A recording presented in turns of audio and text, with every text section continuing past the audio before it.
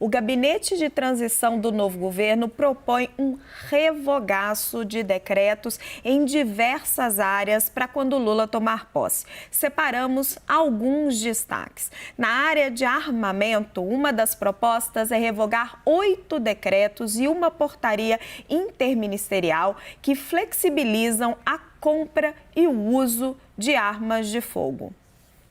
Renato, faz sentido? O que parece em relação aos revogaços é que há uma pressão bastante diferente do que a gente via no governo Bolsonaro em relação ao Lula, que são as pressões sociais aparecendo aí sim com muita ênfase, né? A questão é, de novo, passada a relevância da PEC da transição e nesse momento uma indisposição potencial com o Congresso e considerar, por exemplo, a questão de armas, que nós temos mais de 40 deputados da bancada da bala, me parece algo bastante delicado para negociar. Um governo que está começando nesse momento, ter que revogar algumas dessas questões que, de alguma forma, têm uma ampla relevância no Congresso, é um ponto difícil. Outra questão é que 50% da população votou no atual presidente Jair Bolsonaro, que de alguma forma defende essas bandeiras e seu eleitorado também defende esses pontos, o que parece uma questão de popularidade um pouco difícil também para o novo governo. Um governo de saída já começar levando algumas dessas teses antipopulares, tanto na opinião pública como no Congresso, não é exatamente uma característica que a gente conhece do Lula, que é um conciliador, um articulador. Então, a minha dúvida é se nesse momento esse debate está sendo levantado porque há muita pressão dos movimentos sociais, ou se de alguma forma isso vai ser cozinhado para que de fato essa discussão apareça em algum momento em que o governo se sinta um pouco mais tranquilo para trazer essas pautas, na medida que ainda precisa comprovar bastante coisa numa potencial relação tanto com o Congresso quanto com a opinião pública. É para valer o revogaço, Yuri, ou não? Eu acho que algumas, aí de novo, né? A gente estava falando desse simbolismo de ser grato a Simone Tebet. Eu acho que não dá para fazer revogação pela metade de alguns temas bem importantes. Meio ambiente é um deles, que é uma agenda comum a Simone, a Lula. Já que você citou meio ambiente, vou trazer. A transição também sugere a revogação de atos. Alguém pode mexer no meu TP, gente, senão não vou adivinhar. Oba! Normativos no meio ambiente. O relatório sugere a revogação de 9 dispositivos considerados de extrema gravidade para as políticas ambientais. As propostas tomaram por base decisões do STF, que alertou para um estado de coisas inconstitucionais. O relatório ainda propõe controlar o desmatamento, acabar com a impunidade nas multas, reverter a autorização para garimpo ilegal na Amazônia e retomar o Fundo Amazônia. Pronto, Yuri, trouxe as informações, continua. Isso. Não, porque isso eu acho que não dá para ser pela metade. No caso das armas, o que eu ouvi de integrantes do grupo de transição é de que é bastante intrincado, não é simplesmente revogar, porque você pode deixar lacunas. E aí a gente está falando de uma situação grave que é armas de fogo na mão de pessoas, algumas que têm de fato domínio, sabem usar, são entusiastas, etc. Mas a gente viu alguns casos graves que chamaram a atenção, né, da história do CAC, né, de colecionador, atleta esportivo, atirador esportivo e caçador, serem usados como para escamotear interesses escusos no acesso a armas de forma legal, mas para usos ou atividades ilegais. Então tem um cuidado mais criterioso, é mais difícil, mais complexo de fazer. E tem um ponto que aí mexe com a gente, acho que vou fazer spoiler também, porque você não mencionou do sigilo, que é o acesso à informação, que é crucial. Esse eu acho que não tem nem dúvida de que tem que fazer. Vamos trazer mais um?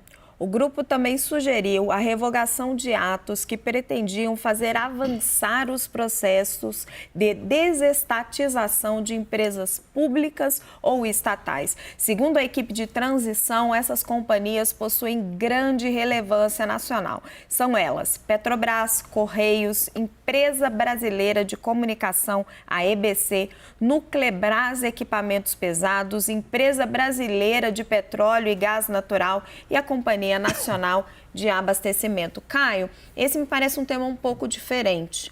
Os outros temas, né, o meio ambiente, a questão do armamento, são temas onde a gente está falando mais de direitos humanos, da bandeira do meio ambiente, uma bandeira muito dos grupos sociais que apoiaram o Lula. Aqui nós estamos falando de uma bandeira da esquerda, uma bandeira tradicional. É também uma urgência?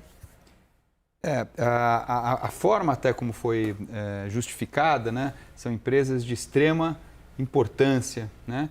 Talvez extrema importância para o governo, né, para a política econômica que o governo pretende colocar, mas não necessariamente de extrema importância para o funcionamento da economia brasileira e não necessariamente são empresas que produzem resultados que são favoráveis à sociedade. Eu acho que muitos desses decretos, na verdade, trazem a público esse debate para avaliar se vale a pena avançar com as privatizações ou não, né? Então, é mais um debate público do que medidas de privatização, né? Estão até discutindo medidas de privatização que estavam na boca, por exemplo, Porto de Santos aqui, né? Que eu, pessoalmente, acho um problema, porque são muitos investimentos que estavam programados, o Porto de Santos é um porto que tem problemas há muito tempo, né? Então, era um caminho apontado ali que a gente pode voltar para trás em algumas casas. E essa aqui é uma discussão que está em aberto, né? Então, eu acho que matar logo no início vai muito na linha de que, olha, a direção da política econômica, urgente ou não urgente, vai ser fortemente ligada a bandeiras tradicionais da esquerda. Então, Renato, porque faz sentido que essas discussões estejam no mesmo lugar? Você revogar decreto de armas, revocar decretos que favorecem a destruição do meio ambiente e privatizações? Talvez esse seja o ponto em relação aos revogaços que chama atenção, né? São debates diferentes, de amplitudes diferentes. O meio ambiente há questões muito técnicas e, de fato, vai ser muito difícil que não passe. A questão das armas é extremamente complicada, não só pelas questões que o próprio Yuri apontou, que são características relacionadas a especialistas de segurança pública, debates que são extremamente longos em sociedades. Se a gente vê isso nos Estados Unidos, por exemplo, são debates longuíssimos, que demoram anos para se tomar uma decisão. Então, chama um pouco a atenção essa necessidade de revogar algumas características que foram marcas fortes do governo Bolsonaro e também bandeiras de campanha muito expressivas que o próprio candidato Lula, naquele momento, trouxe e disse que mudaria. Então, de novo, para mim, fica um pouco da dúvida se esses debates eles têm uma natureza nesse momento de agradar um pouco mais os ambientes e os grupos que, de alguma forma, fazem pressão em governos de esquerda, ou se, de fato, esses debates vão avançar com característica, de fato, de uma negociação no Congresso. Porque, novamente, o governo ainda não começou. Então, começar com um desgaste tão grande em temáticas que são sensíveis para um outro bloco que é relevante hoje no Congresso, e a gente precisa lembrar que a gente entra com uma nova legislatura, ela é mais conservadora, esses pontos são pontos nevrálgicos para muitos dos parlamentares eleitos, então me parece um desgaste que eu tenho um pouco de dúvida se ele vai acontecer nos próximos meses. Yuri, basta revogar o decreto ou os parlamentares têm um papel a desempenhar aí? Não, decreto, quando é do presidente, é canetada, né? Isso é mais ou menos tranquilo. É comum você ter um decreto do mesmo governo que revoga o seu próprio decreto porque acabou fazendo alguma outra regulação ou porque o objeto do decreto anterior perdeu efeito, não existe. Então, e isso pode gerar alguma reação do Congresso, esse tipo pode. De revogaço? O Congresso tem meios para derrubar um decreto presidencial. Você tem um mecanismo para fazer isso por meio de votação, precisa construir maioria. Eu acho que o Renato tocou num ponto importante que é, de fato, o quanto esse novo Congresso mais conservador tem apreço por algumas bandeiras. E aí o novo governo vai ter que saber comprar as brigas certas para não se desgastar antes da hora. No caso, eu acho que de armas, por exemplo, nessa pauta, tem uma bancada da segurança fortalecida, mas que ainda você tem caminhos para, por meio do Centrão, por meio de bancada evangélica, por outros setores, você conseguir fazer contraponto. A grande questão na parte ambiental é o quanto isso pode se tornar um problema para o setor agropecuário sério, e aí isso pode ter algum tipo de ruído, mas tenho a impressão de que não. De que o desgaste de imagem para o setor agropecuário comprar uma briga por um decreto que é mal visto na comunidade internacional, com essa série de novas legislações de rastreabilidade mais poderosas de União Europeia, acho que é mais difícil. Para dar só um pitaquinho na seara de vocês dessa parte de desestatizações, aí eu concordo que são questões diferentes, mas que estavam meio que no pacote, né? Estava esperado de que... Quando o Rui Costa, Fernando Haddad vão montando equipes que têm que colocam como prioridade da sua agenda econômica de investimentos as concessões, os PPPs principalmente, né? As PPPs, as parcerias público-privadas, e é importante que a Casa Civil volta a ter o PPI sob o seu guarda-chuva, né? Saiu do Ministério da Economia, voltou para a Casa Civil, que acho que era a origem ali com Michel Temer, né, Caio? É isso. E o Rui Costa tem abaixo dele, como secretária executiva, Miriam Belchior, que estava focada nesse setor de infraestrutura na campanha eleitoral, e puxa o seu secretário de infraestrutura da Bahia para ser o responsável pelo PPI, está me parecendo que é para, de fato, ter um discurso político, mas uma crença do ponto de vista econômico, e aí o Caio pode me dizer o que tem de prós e contras dos dois lados, de preferir as PPPs para viabilizar o investimento e a melhora de infraestrutura do que o modelo de privatizações que o PT sempre criticou, embora tenha feito uma ou outra aqui e ali. Né? Para o PT, privatização sempre foi um palavrão. Exato. Eles preferem chamar de concessão. Exato. Caio,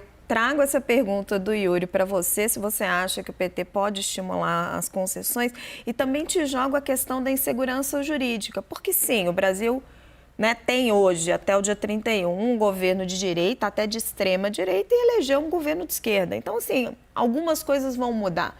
Mas você mudar muitas coisas assim numa canetada gera insegurança jurídica. Eu acho que esse tema das PPPs é um tema importante, né? As PPPs e concessões estavam presentes no governo Bolsonaro, no governo Temer, no governo Dilma, tinha uma longa lista de concessões. A chave da questão nas PPPs é o modelo, né? Será que é um modelo que vai parar de pé para o setor privado, né? Ou é um modelo que vai parar de pé para o Tesouro? Porque às vezes é muito benevolente ao setor privado para atrair, mas a conta fica muito pesada para o Tesouro. E vice-versa. Onera muito o setor privado e ninguém aparece, né? Nós tivemos exemplos de concessões feitas lá atrás que deram muito problema depois, né? Então, a preocupação aqui é a volta de alguns, do arranjo, né, do modelo. Então, a gente precisa entender exatamente como é que vai ser essa modelagem. Agora, as privatizações, elas são diferentes em algum sentido, porque o que está sendo revogado, ou está sendo proposto, a revogação, é a discussão sobre a importância das empresas. Então, independente do volume de investimentos, por exemplo, no setor de petróleo, tem a Petrobras e tem a PPSA, que é uma empresa muito burocrática, né? Que cuida dos... A PPSA são contratos, cuida dos contratos, basicamente, uma quantidade grande de contratos e uma estrutura burocrática em torno para isso. Faz sentido ter aquilo? Né? É eficiente ser feito dessa forma? Será que o governo poderia arrecadar recursos com isso para investir em outras coisas externas, sociais, etc.? Essa discussão está sendo interditada logo no início, né? Aí é uma ideia, é um direcionamento muito mais ideológico do que de racionalidade de discussão. Vou chamar o último tema desse nosso revogaço, acho que esse traz um pouco mais de consenso, foi uma das bandeiras da campanha de Lula. O sigilo de 100 anos também está no relatório da transição. De volta com a nossa análise por aqui. Sabemos que ali no sigilo de 100 anos, Yuri, está a questão sobre a decisão sobre o Pazuello, está a rachadinha do Flávio Bolsonaro, está a carteira de vacinação de Jair Bolsonaro. E aí acho que eu jogo a mesma pergunta para o Renato e para você. Faz algum sentido? Nenhum. E aí eu vou repetir o que eu falei no Prime, que é o que eu sempre falo quando esse assunto vem à tona. Existe uma legislação, a Lei de Acesso à Informação, que tem como regra o acesso à informação. O sigilo é a exceção e o sigilo de 100 anos é a exceção da exceção. E passou a ser usado de uma forma abusiva, uma forma sem critérios e que não tem nenhum espírito republicano. Então, acho que isso, me parece que esse é o mais fácil dos caminhos aí do revogaço, E aí também não tenhamos a ilusão de que não existem interesses de manter sob sigilo dos outros governos. Claro que todo governo tem coisas, vai querer sempre manter a mais em sigilo do que abrir para a sociedade, mas que isso é um gesto importante que precisa ser feito para se voltar a uma normalidade de acesso à informação, isso sem dúvida alguma. Renato, o Lula cumprindo essa promessa, compra uma briga com o clã Bolsonaro. Prejudica a pacificação do país ou tem que fazer? Me parece que mesmo entre os bolsonaristas mais radicais, essa não é uma discussão necessariamente que leva a grandes paixões e afetos, até porque, de fato, é ruim o que a gente viu e acho que o ponto do Yuri é importante, né? Não nos parece republicano, até porque uma das bases da própria segurança jurídica que a gente estava discutindo é a transparência em relação às informações de um governo. Então, a gente espera que essas informações elas estejam dispostas e a gente precisa lembrar que são, primeiro, servidores e, segundo, exercem um papel público simbólico extremamente representativo. Não por menos a questão da caderneta de vacinação foi tão representativa. O presidente da República é uma entidade pública, então ele tem ali algumas características que ultrapassam a sua individualidade em relação a alguns assuntos.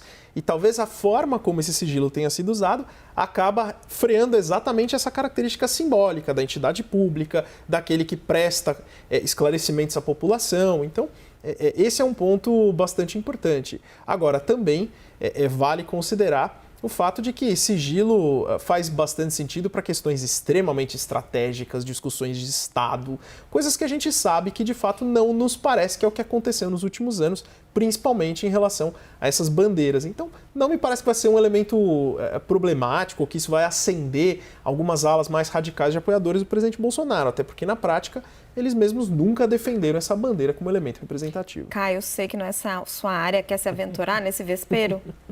Não, eu acho que essa discussão aqui mostra como é um saco de gatos, né, esse revogaço. Então, talvez alguns deles sejam de fato mais urgentes, umas bandeiras assim que tenham um efeito imediato e façam ecoem muito rápido na sociedade, e outros não. Então, acho que o que precisa ser tomado. E tem um detalhe também, viu, Raquel? Isso a gente aprende muito no setor público. Tem uma burocracia grande, tem portarias, decretos. Aí, nesse ímpeto, você revoga um ato que era um ato importante e estava ligado, acho que a gente chegou a mencionar aqui, estava ligado a alguma lei, estava ligado a alguma portaria, e aí a gente fica num vácuo. Né? Então precisa tomar muito cuidado com esses revogaços. Isso eu também vivi isso aqui na Prefeitura de São Paulo, vivi também no governo. Isso. Você tem a experiência de quem trabalhou, né, na administração pública e teve que lidar com pedidos de acesso à informação. Não estou falando do acesso à informação, estou falando desses revogaços, porque no embalo você acaba revogando coisas que deixam buracos. É um castelo de cartas, puxou O sinal de alerta que eu ouvi foi principalmente nessa questão das armas, né, que isso pode ocorrer. Isso pode ocorrer. Precisa ver qual é a lei, esse decreto se refere a quê? Pode estar regulamentando uma coisa que pode ficar desregulamentada, pode ser pior ainda. Então precisa tomar muito cuidado quando você faz esses atos com a burocracia pública. Meus caros, eu preciso ir para um rápido intervalo. Antes eu me despeço de vocês. Yuri Pita, querido, um Feliz Natal. Pra você também, parceira Muito obrigado pela semana, meu parceiro do plantão. Renato, obrigada. Feliz Natal. Caio Natal. Também, um Feliz Natal. Obrigado pela também. parceria nesse ano de 2023. Eu já estou adiantada, 2022. 2023 é o ano que vem.